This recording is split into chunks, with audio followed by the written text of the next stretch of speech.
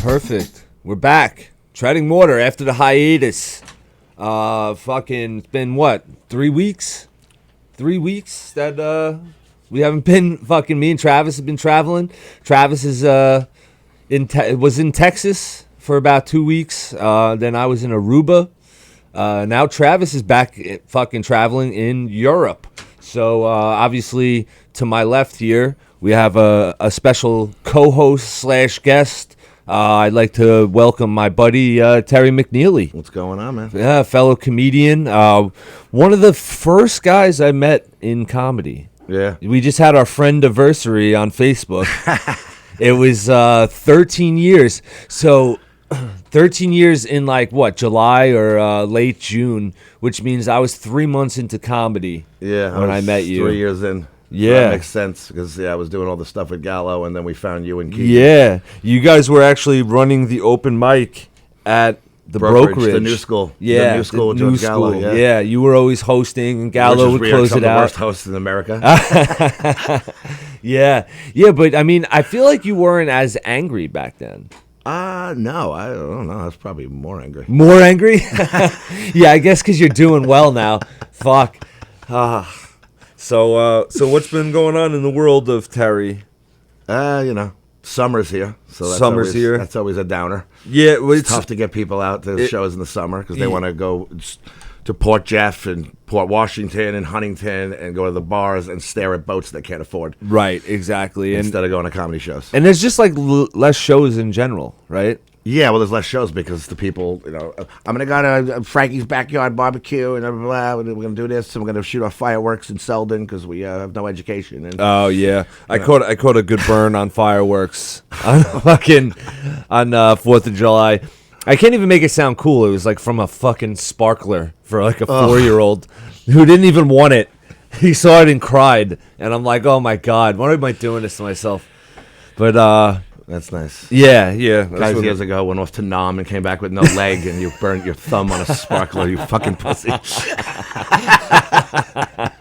What a millennial. Yeah, I'm like fucking Jason Pierre-Paul. Oh, my God. So, what'd you do for the 4th? Anything cool? Me? No. I don't. Fireworks don't excite me. Yeah. Parades don't excite me. Yes. I don't understand the point of parades. Oh, dude. I stand on the side of the road. There goes another thing with people on it.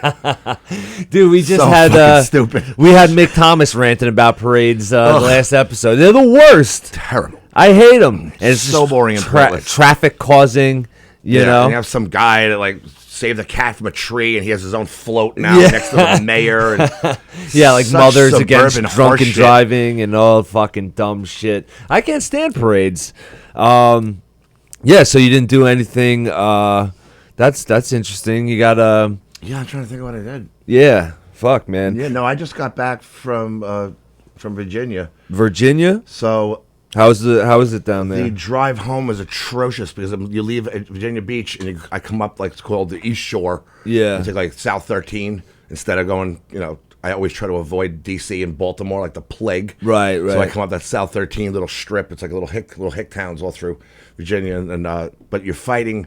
The Virginia Beach traffic was on a Saturday. Right. Sunday's worse because people go away and they're coming back up to New York or New Jersey on the Sunday.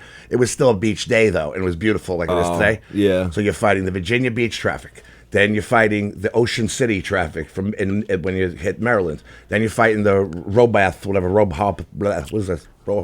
Beach. Yeah. Where the schmuck fell off his bicycle. The skeleton president. Oh, Mr. Biden. Rehoboth Beach. Yeah, and then you're fighting AC, the fucking apparition. Then the Atlantic City crowd, they're coming in too. So as you're going up, it's like all these people are nonstop I just traffic. wanted to get home. It took me like 11 hours. I got home at 2 a.m. So I think the next day was 4th of July. So I did what I do. I watched the Family Stallone. I binge watched the whole thing all day long and drank rum and coke. Sylvester Stallone, Yeah, like his reality reality show? show? Yeah. How is that? It's pretty good, man. I know his daughters are smoking hot. They're really cool. They're some of them a little wacky, but you know. I mean, what do you expect from? Yeah, they're insane. Well, you know what's funny is like they're funny because they pick on Sylvester and they pick on Frank Stallone, who follows me on Instagram. I bullshit with him all the time. Really? He told me to come to L.A. and Oh come out my with a crew god! of people. You should ask him how much he hates Norm Macdonald. Who? Frank Stallone. Oh, does he? He was always a punchline for Norm on Weekend Update. I didn't know. And he would always, Norm Macdonald would always say, like, it would be like a punchline. He'd be like, you know who's not getting work? Frank Stallone. Oh, God. And it would just be like one of his ongoing fucking things, like how he always used to rip on like OJ. Hey, Frank Stallone had like 3 #1 hits, and he's in 60 films. All right, Norman, you got vaxxed and then fucking died in a hotel. Oh, fuck. That one hurts. I Fuck. love him. I love Norman. Yeah. Adam Snare's gonna kick my ass. Adam Snare. Yeah, he fucking. Norm's his idol. Adam Snare likes to trash us a lot. He was ripping on Travis. Because he's down there telling jokes to old ladies in palm trees. I know. I don't know. I'll never understand if you want to make it big in comedy, just moving out of New York. But I guess like that's kind of the move right now. I think it was a cost of living thing, and he just went, well, there's still comedy there. Yeah. He's a graphic designer, so he has. I'm surprised he's doing this well in comedy because usually people with real jobs don't. Yeah. You have to be a guy who's like, like doing Uber or collecting cans, right? Like little shit jobs. Like I help out. Like a construction guy once in a while. Hey, I went to a rip out and rip this office out. I'm gonna rebuild it, and I work for 5 days, and I'm like, oh, I can't wait to go back to just being a comedian next week. Yeah, dude, it's so much fucking better. So now, when you were in Virginia, were you doing like a string of shows, or was that the special? We were just talking about. Just went down just to do like my hour filming. Filming an hour. So how is that? This is your first hour. Yeah, I figured 16 years. I got to put something on the. I know, on dude. Tape. Yeah, that's so awesome. The guy's gonna put it on Vimeo, and it's like a $5.99 thing, and hopefully, Yeah. So now we're gonna split it, and I can pay off my 5 credit cards. Oh yeah, that's awesome. What are you gonna release it on Patreon or like? He's gonna do a Vimeo at first, and then he's gonna try to like shop it to like Hulu or Crackle. Or whatever. Oh, cool! Like a streaming service. That's awesome. There's plenty of people I know personally at our level that already have people's shit on there. So right? Why not? Oh, dude, that's so fucking cool. So now you were recording the special. Why'd you pick Virginia to record a special? Because the guy who had the money to put it up lives in Norfolk, so he found this gorgeous theater. Oh, okay, awesome. Yeah, I couldn't rent the Giggle Room to do my special. Yeah. Like Keegan did. Yeah, and oh god, and Keegan did his special. Captain America. Yeah, Captain America. He did his special, and during his set, one of the waitresses came up to him and asked him how much longer he has. While he's on stage, dude, it was like our first day. We're like, oh my god, how does he not know? Like when I'm waiting right there by the little green room right there, I always go, I'm coming off at 9:55, so that's because they need to know the check drop. Well, she was looking for Carla, who was supposed to be in charge of all that for the, she was hosting the show, and Carla had picked up a second spot out on the patio. So I was mad because I came down to the club to just support Keegan, and there was a spot on the patio that Perillo was giving out. So she didn't watch him do a special. She's like, they give me 7 minutes on the patio. Well, she was hosting her fucking special. I would have taken that patio spot, and then she could have fucking ran Keegan's special, and we wouldn't have had an issue. I had an issue too. I had a guy go up there in the beginning and told everybody not to scream shit out and heckle. Yeah. And of course the guy, I don't like Starbucks. I'm like, if you wait to get me to the end of the fucking joke, I don't like Starbucks either. We're actually agreeing with each other, but now you had to ruin 7 minutes, and the guy has to chop it up. Yeah. And sit in an editing room for an extra hour because you're a schmuck. Jesus Christ, getting heckled during your special. Every single time. My sister came to a show here, one of my Giggle Room shows. Yeah. And I said, this is a nice crowd. Did you bring your, because she's a professional photographer. Right. So she had her tripod like that, set the whole thing up. What happens? Yeah, some loudmouth broad in the corner. Right. I literally went, Shauna, cut it. This is not the one. Yeah. Oh my god. And I was doing that to chop up reels for Instagram and yeah. Dude, I tried doing that. I was recording a set in the Giggle Room. I had a killer fucking set. I set up my tripod. I had my iPhone like this. Every time and you tape. There was a chair by the bathroom over here, right in the back, and it was right on dead center, and I had the tripod set up, and this guy got up to go to the bathroom, and someone must have been in there, and he stood in front of my tripod the entire set. Dude, all fucking 10 minutes. It was just the back of this guy's head. Hair bookers, look I'm the guy behind the guy with the shoulder blades. Yeah, dude, you couldn't even see me. Every time you film, something will go wrong. Oh it's my insane. god, it really is. And so now the interaction with this guy, it wasn't like you didn't even have like a good back and forth with him to maybe leave it in, or no? No. I was like, really? Yeah. Really? You can't listen to the people that went up there? I couldn't even think of anything witty. I just was like, I was like, yeah, I just drove dude, that's understandable. 10 hours so you could come here and just kick my fucking sandcastle down. Dude. Yeah, and that's understandable. There's a lot of stress, like going into producing your own special. The first time I was nervous in 14 years. Really? The first time, actually last weekend, I told in Bristol, I told Mike Kaplan, I go, yeah, don't obliterate this night with too many guest sets because I'm doing like a 50. Yeah, and then I did a 50 with a different 20 the second night to see what I wanted to put into it. So I had a whole list of what I want in the thing and the shit that wasn't ready yet or stuff that was old that I did when I met you and that out. And so I was actually nervous at the whole Bristol weekend. Oh God, yeah. Like Bristol's always a fun Joe club. Winchell's like, I never saw you. Like you're freaking out. You're like chain smoking and pacing. I'm like, I have not been nervous. I said because I'm like literally practicing for what the shit that I want in the special. Right. And so like the special went well overall. Overall, went well, yeah. Yeah, it's just like one fucking heckler. But like that's what's crazy about like comedy in general is like. And just like the attitude of it right now is people fucking are dying for these crowd work clips. Yeah. And I feel like the crowd work clips are going viral and like audience members are watching it on fucking TikTok and now they are trying to participate Jessica more. Kirshen has like the sick crowd. Matt Rife, like they don't put up their material. They put up just the interaction. Just crowd, somebody fucking with them and them destroying the person, which is exactly that is what everybody's looking for. And like especially Matt Rife, like he's just one of the fucking biggest like offenders, I guess. He's fucking crushing it. So like, who am I to judge? But like he's just putting up crowd work clips, so then like the audience watches them, they go viral, so comedians are looking for those clips, so they're letting it happen more, and I feel like it's this snowball effect that just lets people fucking interact with the show more, and then you got a guy like you or me who doesn't want to interact with the crowd. I don't do that shit. Like Mike Merck, the guy I travel around with, he's like a great crowd work guy. Right. Like, but he comes off, he could defend himself in a kind of a friendly way. Yeah. I just become like... Dude, I get like laser focused and then I fucking set the nuke off and I'm just like, no, do not fucking... This is like a one-way thing. You know, I don't need your help. I have my certain little defenses that I do. I've done on stage for years with hecklers. And I want to stay like in that thing. I don't want to have to sit there and go, oh yeah, what do you do? Oh yeah, right. You're an electrician. I don't want to do that thing. Like I have this thing where if a man heckles me, right, I'll pick out the biggest guy in the room. Yeah, some big muscly monster. Right, and I'll be like, see that guy over there? He came out, worked his ass off all week, brought his beautiful wife out to a show. Yeah. And now he paid money to get in here, and now you're ruining his fucking night. And usually the big guy will stand up and go, yeah, man, shut the fuck up. And then that's it. That's the heckler's shut down. Yeah. And then sometimes like, a guy will say something. I kind of learned this from Gallo. Like he'll be like, Right. He'll be like, yeah, it's not funny. I'm like, yeah, it's not funny. Like you just mimic them.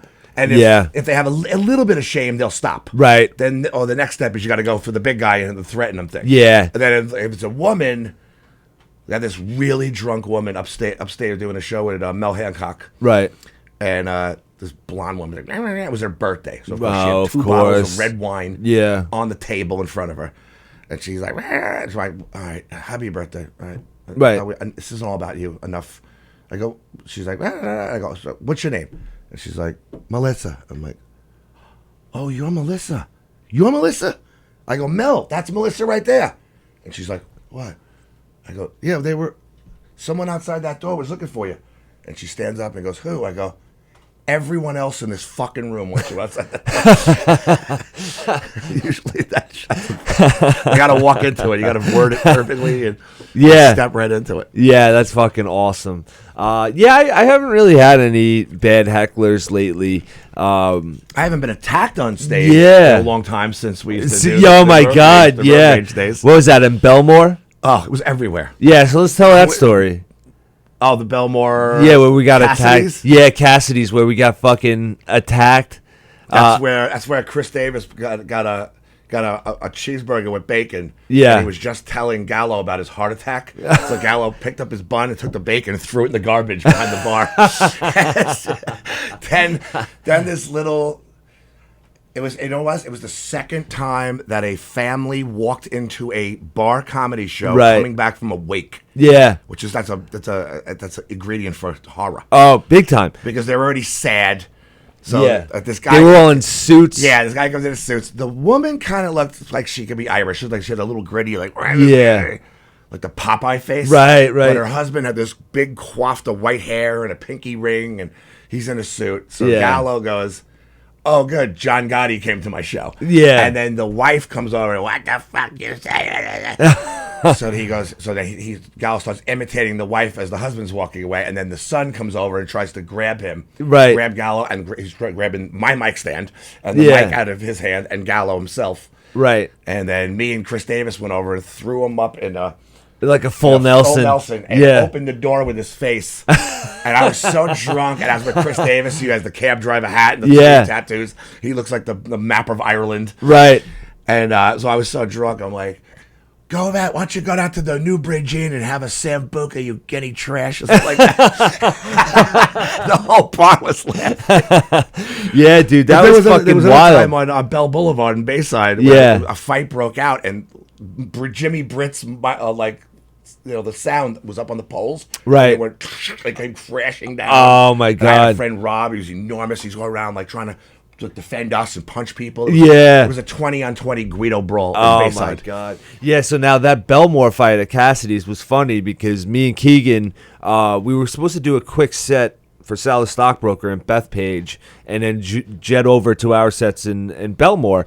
And, I think I had a set, Keegan didn't, or something like that. But we ended up showing up late and we didn't get a set. But him and I were doing cocaine all night.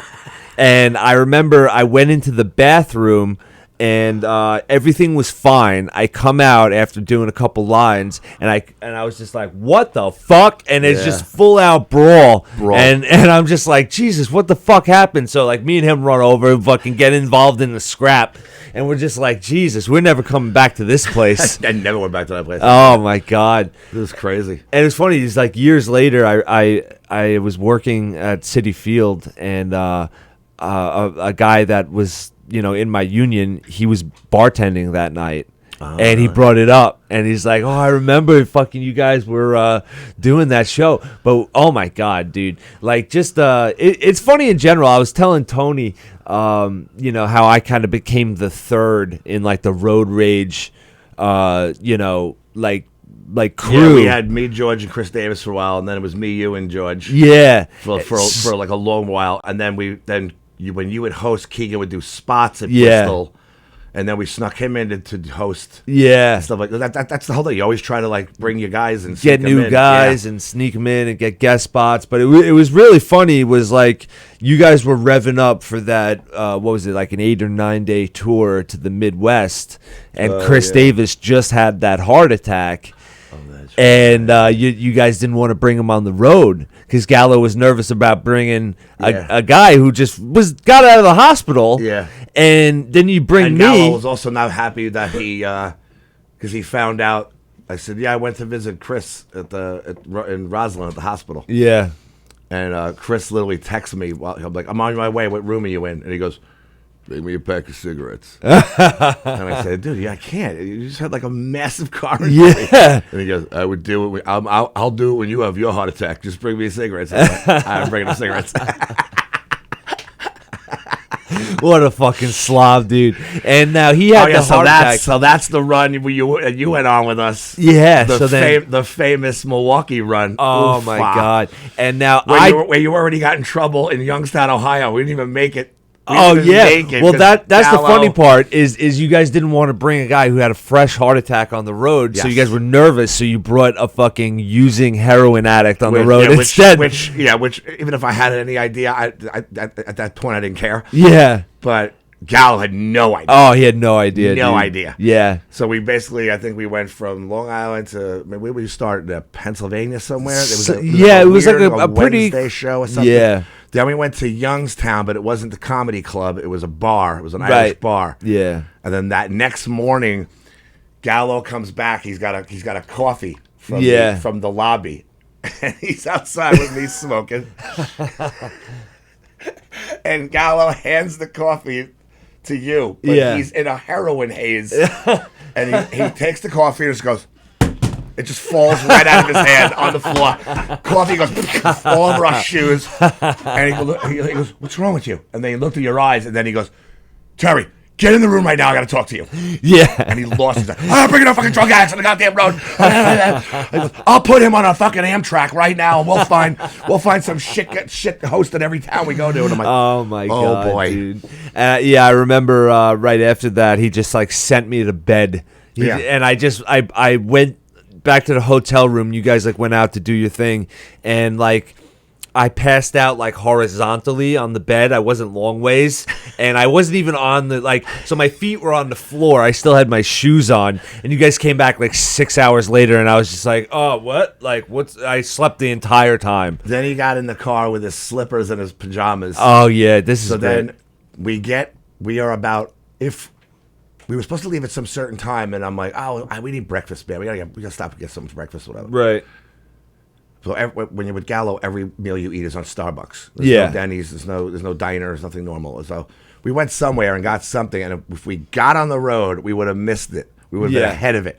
But we were about 20 minutes behind the largest automobile accident in American history on the Ohio Turnpike. Yeah. 114 vehicles involved.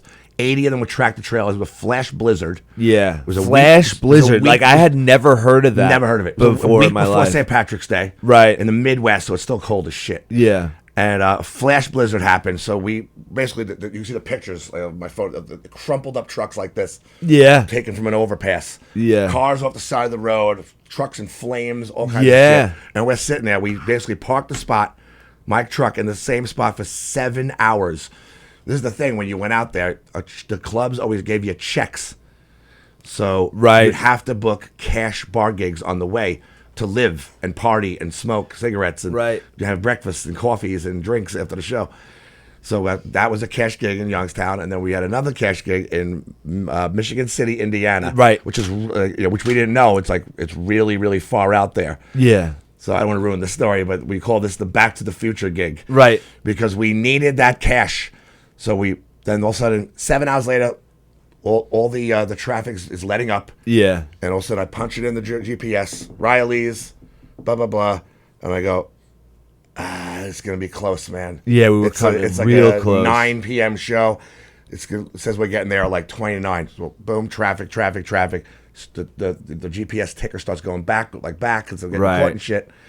And then I go to turn to Gallo. I go, we're not going to make it. We're not going to make the gig. Call the guy and tell him we'll be there at like 10. He goes, all right, 10's doable. But any later than that, we can't do it. So we keep going, and now it goes back to like 10:30 when I get there. I'm like, oh, shit, this is not good. And then all of a sudden, I look at the thing, and I go, wait a minute, where is the time zone change? Yeah, and it happened to be, if this is Indiana, it's the little tiny corner right at like the right tip. Here is central. Right. So I'll go, wait, we're not getting there at 10:30, 11:30. We're getting there at 10:30. Boom, saved the show, got the cash. Yeah. But we walked in there, and he's in such a heroin haze. Yeah. I knew the guys in the from doing previous gigs there. The guys in the DJ booth were cokeheads. So I sent him up there, and I said, do a couple lines of blow and get out of your heroin haze and into a coke haze. Then get your ass on stage. And he went up there with like his slippers and pajamas and opened the show, brought me out, then went out the car and changed. As I'm up there, you could smoke in the gig too. Yeah. I'm on stage smoking, telling jokes. Yeah, and then he changed and came back out, did another 7-8 minutes and brought Gallo up. And oh my we God. saved the cash gig. Yeah, dude, it was insane. It was like I had to speedball to save the show. I turned into fucking Chris Farley. Oh my God! I don't care if you're on heroin. You go up there and do lines. It was like Popeye. I need this cash. If you need to go out like Belushi or Farley, that's the fucking breaks. It was like Popeye with the spinach. It was like fucking the music kicked on, and I'm like fucking pop up with a white nose and my jammies. It was very bewildering last night when he because this is a whole new Hugh Murray. Yeah, this guy was a fucking train wreck. So yesterday he was like, just confirming 1 o'clock. I'm like, Huey Smackbags is confirming with me. The guy who used to wander into the giggle room. And I forgot I was hosting today. Like 20 minutes after the show was supposed to start. The guy who fell asleep in an Airbnb upstairs in Chattagate, New York, with me and Joe Pontillo. And I had to call. I'm pounding on the door. It's Mother's Day. We're trying to get home to have dinner with our mothers. It happened to be the Saturday gig, but the Sunday was Mother's Day. We're up 6 minutes from the Canadian border, upstate in New York. Yeah. So Pontillo goes, we got up like 6:37. We're pounding on the door. He's not answering. I had to crawl on the exterior of the building up the fire escapes and break in his window to wake him up. Dude, he fucking did the Spider-Man crawl to fucking try to wake me up. Came through the window. I'm like, look at this. Oh, he's my confirming. God. He's a big boy now. He's all grown up. I'm trying to. I thought I was going to come in here. You could have like a glass of tea and a monocle and a pipe. You're so responsible now. I'm trying, dude. I'm like a stepdad now. Oh my God. Yeah. And I wanted to bring that up too. Is like, I've just gotten into this new relationship where I've been with this girl for like 6 months now. How was it when you started dating Carrie with like kids? They were all grown. They were all like. What was the youngest at that time? 14, the son's 14. Oh fuck, man! You got lucky. It was like once a week. Once a week, you'd see the kid, and everybody else was grown up in college, and now they're in Manhattan making more money than everybody in this room. Oh, so that never affected me. Yeah. The girl I dated years ago, like 20 years ago, she had 2-year-old twins. So that's where all my anti-kid and hatred of kids jokes come from. So that might get you some material. Yeah, holy shit, dude. I was a UPS driver at the time when I was with her, so I'd bust my ass all day. Yeah, and then I'd go and pick up chicken and broccoli and everything at the Chinese place, and then I'd come home. And when Terry has chicken and broccoli, he has an Amstel and he watches Seinfeld. That's the rules. Oh, okay. And then she's like, put on Dora Blues. My God, I didn't deliver packages to millionaire pieces of shit in the Hamptons for 12 hours today. Come home and get Chinese to come home and watch fucking Blues Clues when I eat my chicken and broccoli. Now, it's like, well, they have to have something to look at. I go, they could set them up on the window and give them the Chinese food and then start the window. That's live TV at its best. I don't understand people do this, like, especially if they're not your kids. Like, you'll never be important. It's never you. It's always them. Yeah, always. I know. I want to watch this movie. No, they're gonna watch it. What are they gonna do? Oh, they could do what I did in the '70s: stare at the panel wall. Nobody catered to me when I was little. Fucking watch the wallpaper. My father would come home from work. I'd be like doing my homework on the recliner, watching Too Close for Comfort or Three's Company. Yeah. And my father would walk in from teaching and coaching basketball and walk right in the door and go, "Get that pus off the TV. The Mets are on at 5. Clean up your shit and go to your room." The pus. Yeah. Oh my God. Yeah, dude. It's like a new thing. Like I feel like I have all this new responsibility as like I'm not like the fucking stepdad, you know. I'm just a boyfriend of 6 months, but like I've been hanging out with fucking kids more and more these days, you know. I'm like, I got my sister's kids, I got these kids, and like I have a lot of bits in my act about hating kids too. So it was like I'm definitely growing into this new persona. The priorities is always about like about them. I understand. You know? Yes, they're your kids. You love them, but it's like you got to take care of them. You never get your way anymore. No, never. No, you're like last. You're below the dog. Yes. So big that's time. where all my jokes came from because I had no power there. There was no emphasis on me being important whatsoever. I wouldn't even get any kind of decision. I tried to go my way. It was like no. Right. Door is on. They watch Door. Exactly. I go, really? Well, I bought the Chinese food, so I'm going to go in the car and eat it. Yeah. And then they can eat their fingers and watch Door. Car. Yeah, dude, that's what's been going on too. Is like, and she's got the twin 10-year-olds and a 4-year-old.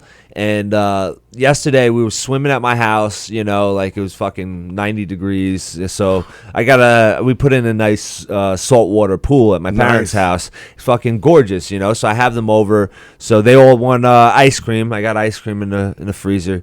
So I'm literally trying to bring the 4-year-old into the kitchen to get his ice cream because my mother's got to cut it up a certain way because ice cream cut.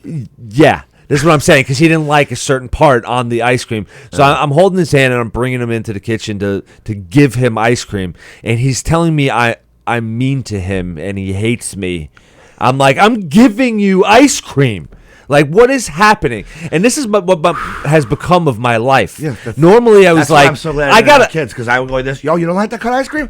Oh, you don't get ice cream. Yeah, bye. Go in the pool. And I've only known them for 5 months. You know, like I feel like I don't have that power yet. So it's like I'm just helpless and hopeless. And it's like fucking a year ago, I'm like, bring me in. I'll hang out with the kids for a month, and then they'll think you're the dad of the year because they'll be like, that guy took the ice cream away from us completely. Yeah, he spit it, threw it in the trash, told me, and then pushed me in the pool. Oof. Oh fuck, man. But I am getting some new material from this relationship, and I wanted to talk about your material a little bit because I wanted to ask. Like since we've known each other for 13 years, when you were first starting out, were you always like a political comedian? No, and I still don't do that many politics on stage. Well, yeah. Some people consider my COVID shit politics because it's the way I think. Is right. It's kind of became an issue. That the right side thinks. Yeah. Because that's the common sense part. Okay, this really didn't fucking kill millions of people. I don't give a shit what you say. Yeah. It was a flu. And so that could cut off political. And yes, I smashed Nancy Pelosi, my closer, but I'm not really. I was always, you could ask Al way back in the day, like I was political, but I never brought it on stage. Right. I basically just watch, like when I started doing the Danny the Democrat thing, I would watch Fox. Which is hilarious, I'd watch Fox, and then I'd switch over and go, all right, now I saw that story, the right side of that story. Let me see the left-wing spin on that story. Yeah. And then I put on CNN. And then whatever they said, I'd put on the glasses and the Obama hat and whine exactly what they said. Right. And that's how I made it. But yeah, basically like, that shit went like super viral, right? At the time, but now at this point, Danny has no power anymore because the left has the power. Oh, right. Danny went crazy when Trump became president because he's a snowflake and no one wants to see a happy Danny. Yeah, sad Danny. So if this last election, you know, if there wasn't tractor trailers full of fake ballots going from Minneapolis to Pittsburgh, then Danny would have came back in full force and everything would have been nice. But I have to wait. Yeah. Now I have to wait for the storm to start. So I guess you're right. Most of your you got like the one line about Nancy Pelosi, really, but like you really don't do too much about politics. Yeah, no. But my act is an assault on like society now as opposed to when I grew up. Like my brain is 70s and 80s. Everything was normal. Yeah. And now we're all pussies and everything's catered and that was basically you said like I like that section of ice cream. Then you don't fucking get ice cream. Yeah. That's in the 70s. I feel like the 90s was like the last decent generation. Yeah, it was like it's when like feminism started coming in. Right. People were attempting the cancel culture. Yeah. But companies, corporations, and giant things like this weren't accepting it. They were looking at it like it was insane, because it is insane. Yeah. And now we have everybody, 3% of the population wants this? We're going to change all the kiosks in Target now to cater to the 3% of the world. I'll never get it. It's I'll never insane get that. how you'd alienate. That's why they're losing billions and billions and billions. Yeah, I'll never get how some comedy clubs like that too in the Midwest. You think of Midwest, it's like rednecks. No, there is a bunch in the inner cities, Louisville especially, Dayton. Ugh. So really? Oh, they're all hippies. Birkenstocks smell like patchouli. They think they matter. They think like, oh yeah, look how progressive I am. You live in Wisconsin, dude. Shut up. You're not progressive. Yeah, you're a you redneck. fucking. It's trying to be. You sell cheese. You're trying to act like you live in Williamsburg. Oh, Brooklyn, right. And you're in nowhere, Wisconsin. Shut your mouth. Yeah. But the clubs will reflect, and they'll be like, oh, you can't do this. There's some garbage club down South Carolina somewhere. It basically, like, you go on their Instagram page, and it's like, no xenophobia, no racism, no. Oh, my God, yeah. And I'm looking, I'm like, wow, this looks like a really fun club to go. What can we joke about? Nothing? Yeah, let's have all rules in comedy, because that's what comedy's supposed to be about. The one in Bristol, all the governors, they just let you say whatever you want. Yeah. And if it's funny, people will laugh, and if it's not, then you're a schmuck and you need to make it funny. That's the only rule in comedy is if people aren't laughing, don't fucking Freedom do of it. speech is number one.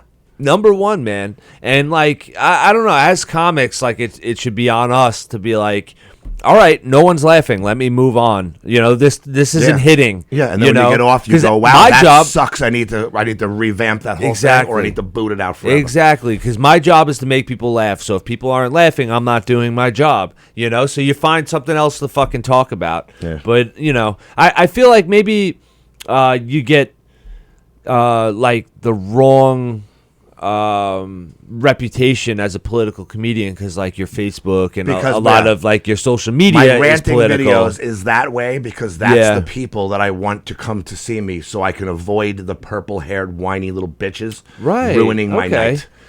I want the blue-collar dad with the cool wife with the tattoos on her arm, the guy that drinks friggin' Coors and Bud, and he comes out, laid down 4 driveways this week, and that's the guy I want. Salt of the earth, fucking union guys, Maybe the show's on Saturday and he shaved on Wednesday. That guy, I don't want the little lemur finger. I'm typing on a laptop with black rim glasses in Starbucks going, is the Wi-Fi? I'm not giving the Wi-Fi. Is the Wi-Fi? I'm not giving the Wi-Fi. And I have things to do here. And then he's going to come to, my show at McGuire's and ruin it with his thing because he goes, I can't believe this guy just said that it was totally fake. I can't believe the guy just said, once you sit down at a restaurant, you're okay because COVID's up here, apparently. It just flies over your head. That's why you have to put on a tissue on your face as you walk to the bathroom. But once you're sat down here, you're invincible because COVID doesn't exist in this area. This is the Corona zone. And then... Yeah, and we just sit below. And then that guy was like, oh my God, my Aunt Mary got COVID. And then the doctors lied to you and they told you this. Shut your yapper. Right. You don't know what you're talking about. The purple-haired girl at McGuire's thought you were great last week. She did. Oh, really? We had a purple-haired girl. Jay said your kryptonite is in the front, he said this. That's right. Yeah, because Crovella said that. Crovella goes... he didn't want to say it, and I'm not going to say that, but he goes... those people that you don't like. Yeah. No, those people that you think don't like you. Yeah. One of them is right up front all alone. Like, oh, boy. So they just gave me a spot. So I was just like, I'm not going to push the envelope. Right. I'm just going to do like my little friendly set. She thought you were great. Yeah. And then I kind of went off what I was going to do a little bit because I was feeling it. And then she comes on with great set. And I'm like, what the wow.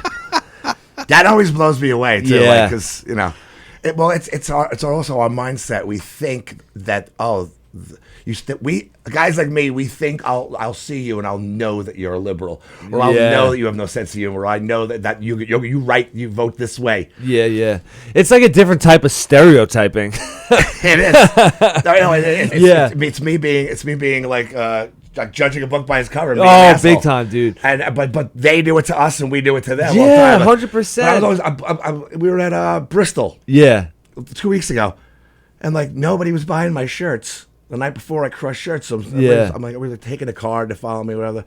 And then these 3 big heavy black girls come up like, I want your shirt. And I'm like, you do? Wow. Yeah. In my mind, I'm like, they're probably Democrats. They probably didn't like me. Dude, I That's how sometimes we're all closed-minded. I feel like I get judged on stage, like, you know, the minute I walk on stage when I'm going up and I look like fucking everybody's first high school bully, you know? And it's like, I feel like I get that judgment. So then when I look in the crowd and I see a bunch of like blue-haired old biddies, like I start judging them because I'm like, they're not going to fucking like me, you know? Like, this isn't my demo, you know? And it's like, so it's kind of funny. The older the better. It's the people a little younger than you and 15 years younger than you that they usually like. Yeah, I'm literally trashing everything that their professor in Stony Brook just told them for the last year was true, and I'm basically saying all that shit. The old people actually are like better with me. Because I usually say the older you are, the cooler you are, like this, because you know these generation of kids, their parents stop beating their kids, so now they're all spoiled shits. But you think a Marine from, you know, that was born in the 30s, and that guy's a badass. Oh, 100%. I love when you get booked on a show, like a one-nighter somewhere, like a restaurant. I'm sure you've seen this. Restaurant, firehouse, Elks, one of those kind of things. And the booker goes, no F words. You got to try your best to be clean as much as possible. Yeah. And then, like, you're up there. Then you say something a little edgy, and they die laughing, and you go... And I've seen Gallo do this. I've seen Keith Anthony do this. All the guys do this. So you go, guys, you want us to be a little dirty? And there's always an 88-year-old woman right in the front. She goes, "It's about fucking time." Yeah, that's what they want.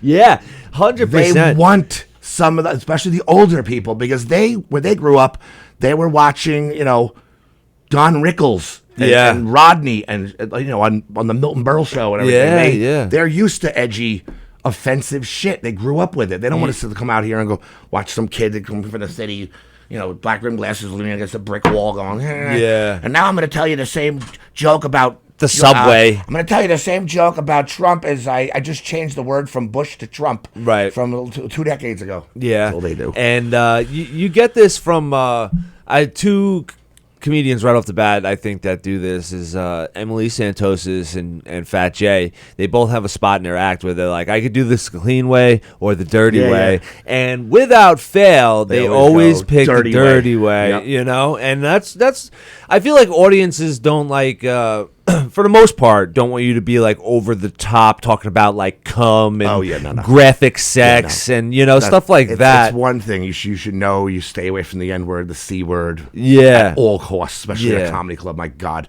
big time. You know what I mean? And bodily fluid shit. Yeah, you know stuff like rape. That.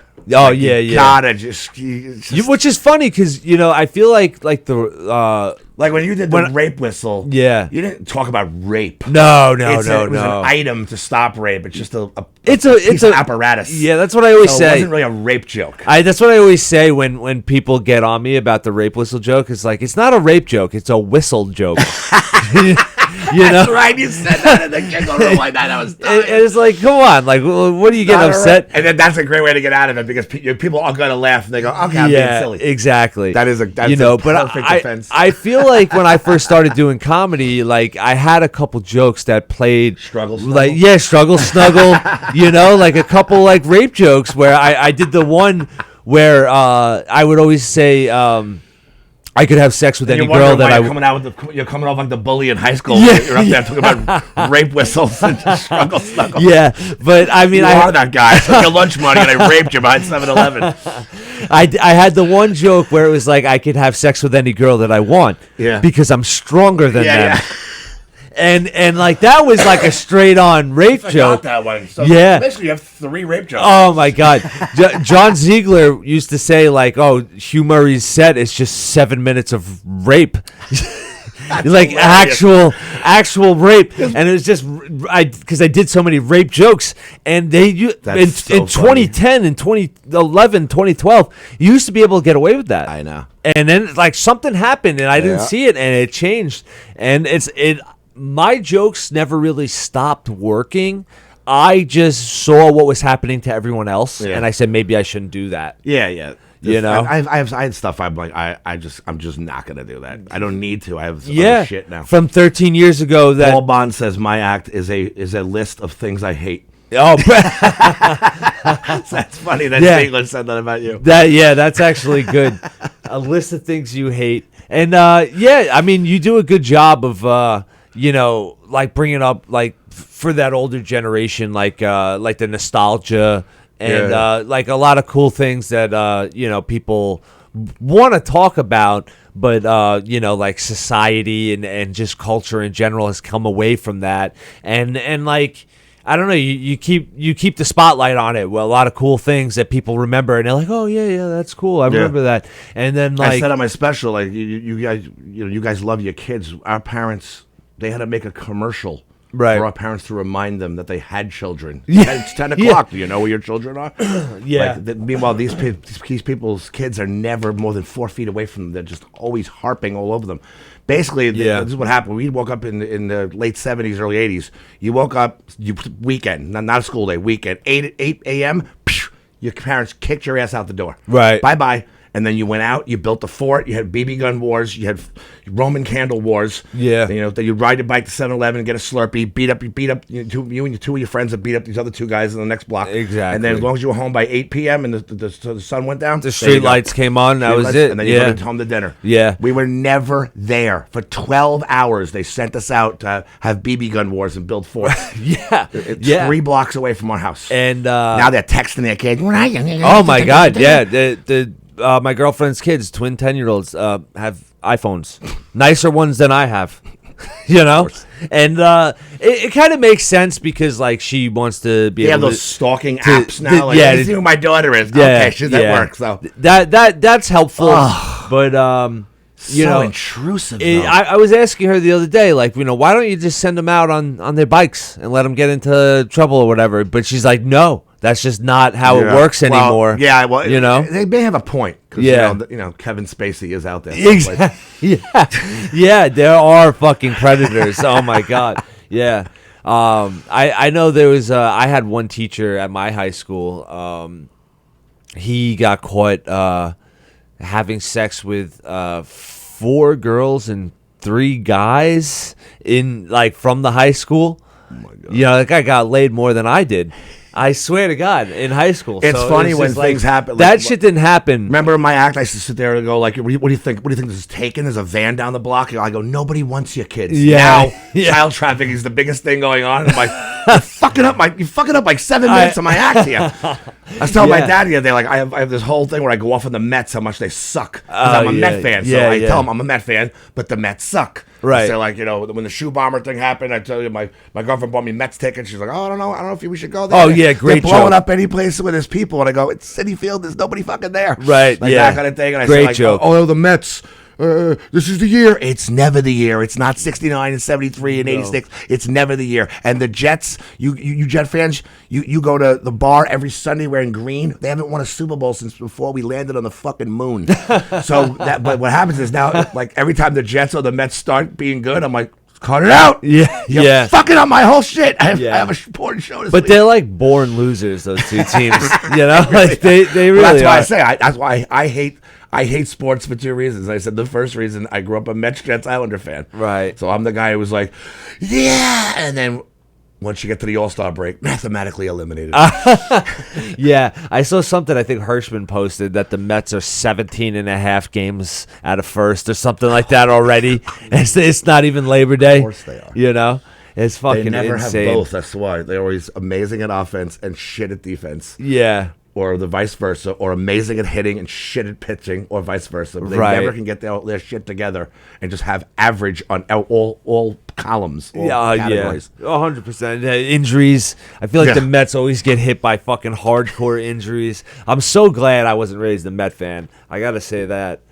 I thank my dad. I was a Mets once in a fan by while. default because my father was a Brooklyn Dodger fan. Oh, So okay. if I became Yeah. a Yankee fan, he would have threw me out of the house at Right. like 7 years old. But Right. of course, my little prick brother became a Yankee fan and broke his heart. Yeah.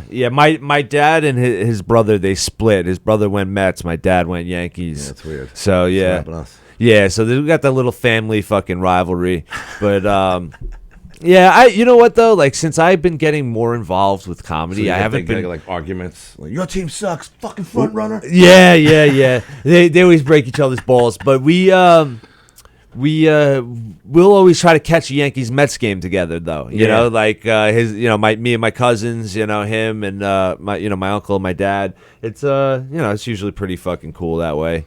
But I feel like I don't pay attention to sports as much anymore, and I feel like your joke fucking did it to me. Like I honestly.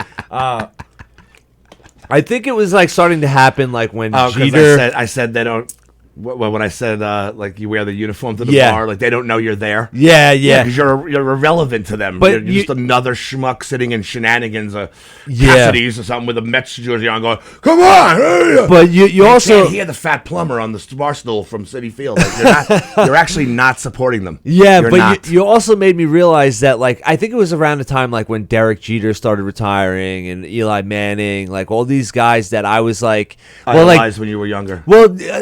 Eli, like, I remember him getting drafted while I was in college, so, like, he was, like, a little bit older than me, but then when he, like, retired, I was like, oh, yeah, I'm getting, like, older, but, like, Jeter I still idolized, like, he was a lot older, like, but, like, you said a part in your joke where it's like some like fucking 18-year-old's jersey or 22-year-old's jersey. Oh yeah. Well, if you're like 50, don't wear a Derek Jeter jersey because he's 28. Your idol should be. My idol is Dean Martin. He's 92 and dead. Your idol should be older than you. Yes, yeah. Should be a guy with his drywall going, kid. He's my idol. Yeah, and you're wearing his name on the back of your shirt. He's the same age as your son. That's what I'm saying. It's like so silly. I'm the same age as fucking LeBron James.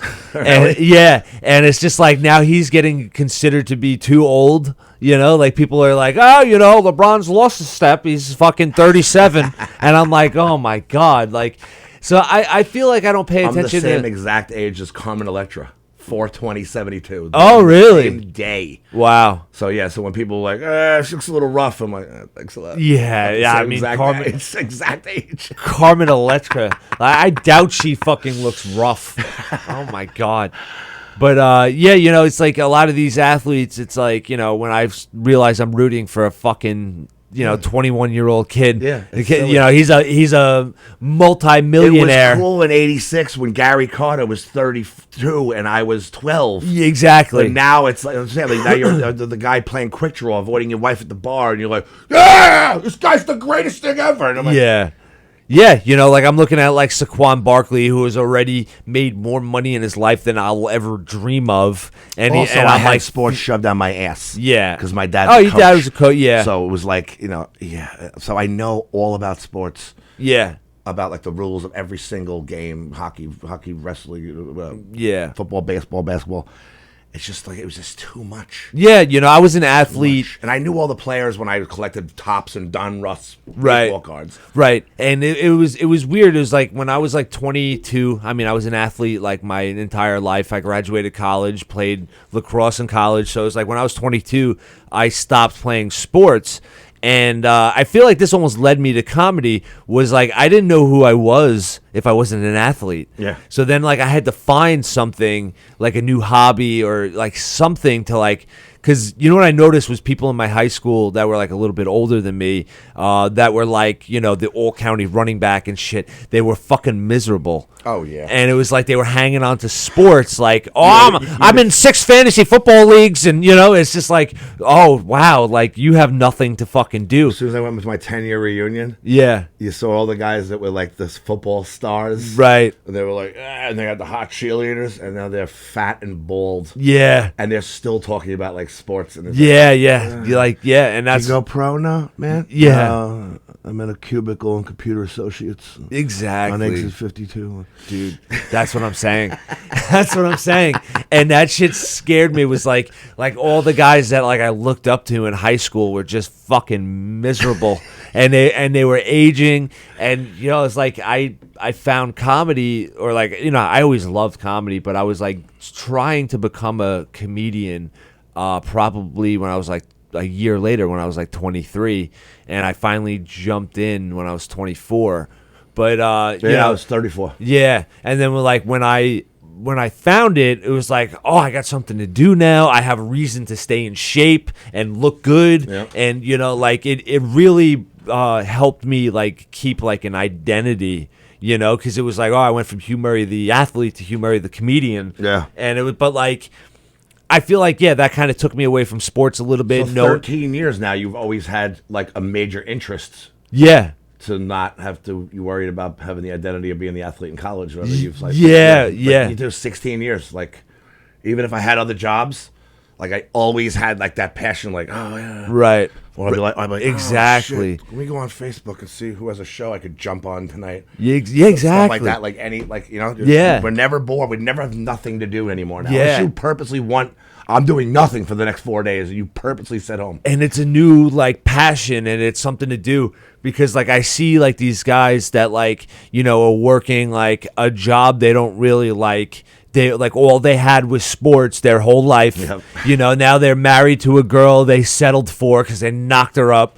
You know, and it's like they had a shotgun wedding. They got 3 kids and a job they don't like, and they're like in 17 fantasy football leagues. It's like then they got to jump on fantasy baseball. They don't even know how to play, but they got to fucking do it because they don't have anything in the spring. Maybe they're starting to bet on fucking Barstool Sporting app a little bit too much.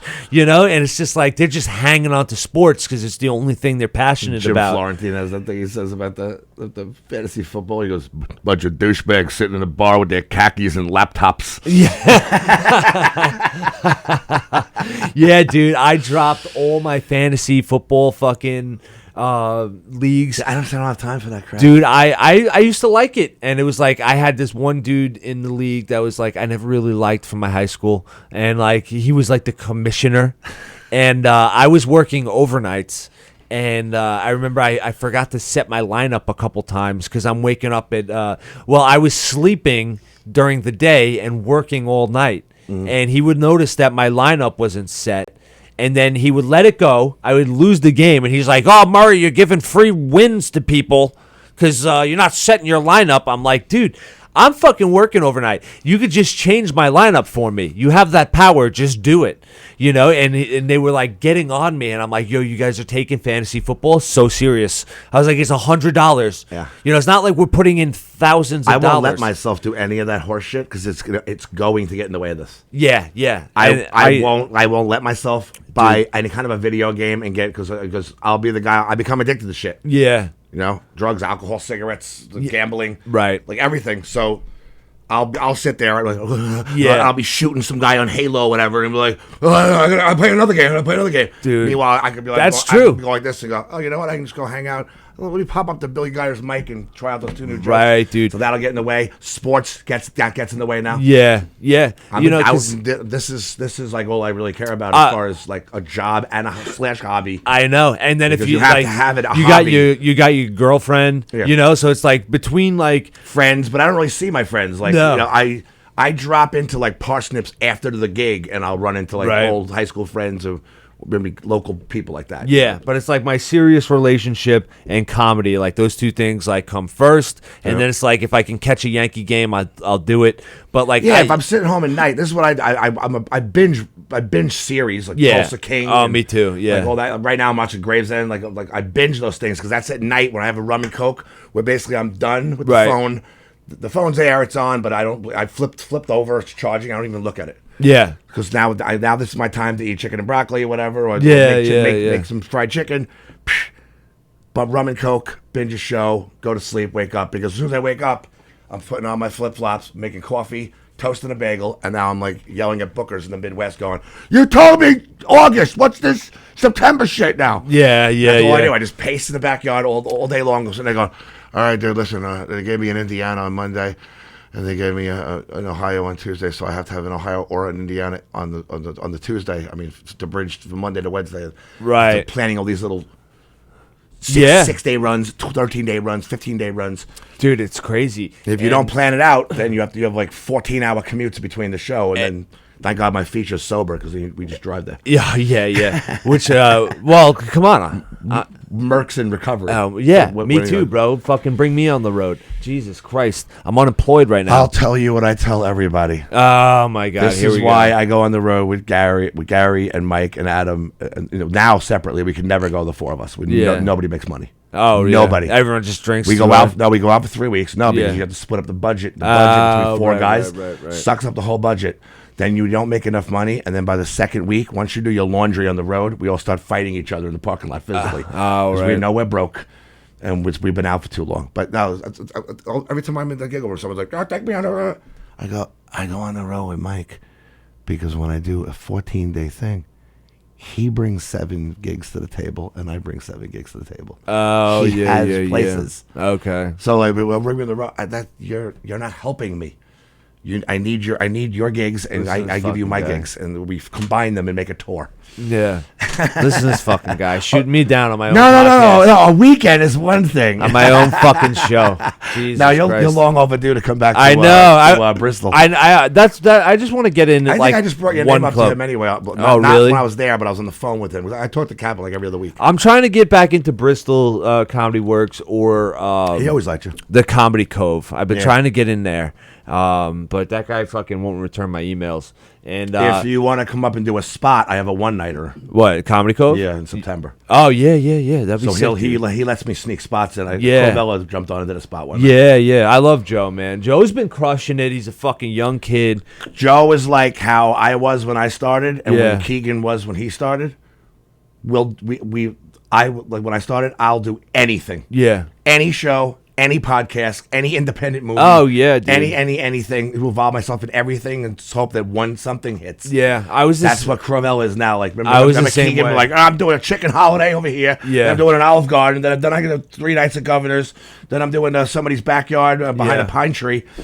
Yeah, you do you know, everything. Eventually, something hits. I met Joe right off the bat, dude. I saw him hanging around the club, and me and him, I was trying to get back into this club, and I started hanging around again, and we weren't really getting spots, we were waiting for our opportunity, and, he watched me get a spot and fucking crush it and get back into the club, and I said, dude, you're doing the right thing, just keep showing up. Yep. And I just told him, like, what you just saw what happened to me. Yeah. Jimmy told me he gave me a spot. He used me, brought me to his table, said I crushed it. We're gonna start using you again. 2 days later, I was opening for fucking Nick Mullen and Adam Friedland for a sold out show. Hosting fucking paid gig. You And gotta hang I out. told Crovella, I was like, dude, you just saw it. Yep. Just keep doing the right thing. And now that guy's hosting weekends. I was he's actually fucking annoyed going on when I the road. pulled up here. I looked up to see if there was something going on in McGuire's today. There isn't. I'm like, shit. Yeah. Because when I have nothing to do, I get dressed and I go right. I just go to McGuire's. Yeah. Well, I'm not as close as you are to here. Yeah, but dude, I'm almost yeah. as close. Yeah, that's To why McGuire's as you are here. like I thought about moving, No way. and I'm like, dude, I'm You 5 live, minutes. You live next to the hub, the Yeah, mothership. that's what Why I'm would you saying. Ever, dude, ever? it's one traffic light for me to get here, and now I'm doing the podcast here. I'm like, I'm never moving out of And if your Levittown. car breaks down, you could walk. Dude, I've walked home from Governor's so many times, like wasted, drunk, and it's just like as long as I get past Hempstead Turnpike, I'm fine. If I free. survive it, Home free. I could stumble home and I'm good. But Just Tony, don't what get we tased- started at don't one. get tased again. Yeah. Well, we started at 1:15. Yeah. All right, so we're about wrapping up on an hour, dude. Is there anything you want to plug? Yes, I do. Yeah, let's get some plugs in. What's the thing I'm with you? Is that July? July or August? Giggle Room. I'm in September. September. Okay, Yeah. yeah. So before then, I have Friday, July 22nd in the Giggle Room, 8 p.m. Friday, August 11th in the Giggle Room, 8 p.m. Then the Friday, September 15th in the Giggle Room with Travis and Hugh Murray. Yeah, hell yeah. And then September 9th on a Saturday, 9:30, I'm out in McGuire's at the Late Show at McGuire's. So they've got 4 nice ones coming up. Awesome. Affiliated with all the through Governors, huh? Yeah. Awesome. Yeah. It's nice. What's your social media? Terry.McNeely.comedy. Instagram is what I mostly do now. Instagram. Instagram. Awesome. TikTok's kind of useless to me because I'm not 14 and I don't dance in my panties. You don't use TikTok? I use it, but it doesn't work for me. Okay. Yeah, we've 6,000's embarrassing compared to my other numbers and the other things. Beezy, we had a fucking sick video on TikTok recently. The Tread and Water? Yeah. We just had a real good one with I have one- Neil I have- Rubenstein, I have one that I- 4,300. Oh, That was sick. Yeah, it was a good video. I had ones like I didn't make it or anything. It's a guy like going like we're gonna do what word association and it says Republican. It comes down. It says Republican. He goes racist. He goes facts. It says racist. This racist. Oh, yeah. That. It's just something I stole from somebody, Oh. and I put it on TikTok, and it was like 500,000 views. Oh, really? So it was the only thing that was ever good. Yeah. Everything else kind of went to shit. Like, Yeah. We don't do as good on TikTok. Our Instagram's picking up. Yeah, so you can follow us, Treading Water Podcast, Instagram, TikTok, YouTube. YouTube was Beezy's suggestion. YouTube Shorts, dude. We've been doing the best on YouTube Shorts. Really? Yeah. Yeah. So follow us, I have a Treading Water YouTube channel. I have Podcast. to make a new one. It's old. Oh yeah. Well, I can't get into it anyway because yeah, definitely make a new my one. ex built it for me. She has the password, And she's and dead. she passed away. Yeah. So I can't get into it. So, Oh my god. I had to make a yeah. new one. I always thought that R.I.P. YouTube would just kick Autumn. me off for everything I say. So I figured. Yeah. So yeah. Tony's got us pulled up right there. 3,600 views on one of our shorts, and that's not even the biggest one. But you can follow me, Twitter, Instagram at The Logic. I'm on TikTok too, but who gives a shit? Treading Water Podcast on all social medias.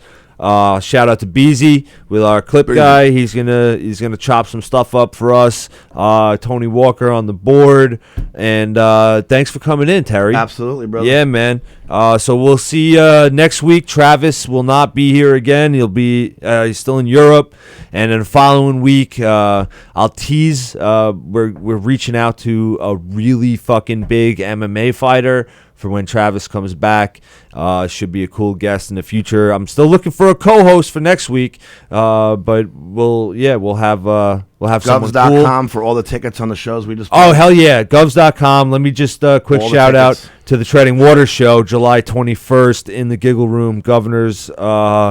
It's our first live comedy show. We got a sick lineup, so check out on social media, but Govs.com to buy tickets to all the shows Terry mentioned and the Treading Water Show. And that's it for us, man. We'll see you next week.